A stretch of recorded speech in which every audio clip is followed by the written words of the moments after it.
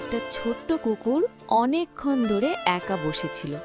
তার খুব ক্ষুধে লাগছিল, কিন্তু চারপাশে কোনো খাবারই ছিল না।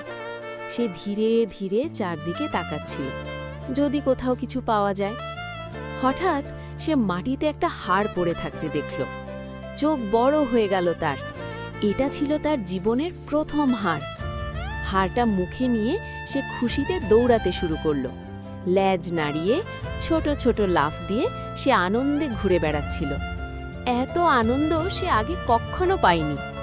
কিন্তু কিছুক্ষণ পরেই সে থেমে গেল। তার চোখ পড়ল দূরে দাঁড়িয়ে থাকা তার মায়ের দিকে। ছোট্ট কুকুরটা এক মুহূর্ত ভাবল, তারপর ধীরে ধীরে মায়ের কাছে গেল। নিজের সবচেয়ে প্রিয় জিনিসটা, হাড়টা, সে মায়ের দিকে বাড়িয়ে দিল। মায়ের চোখে তখন ভালোবাসার ঝিলিক।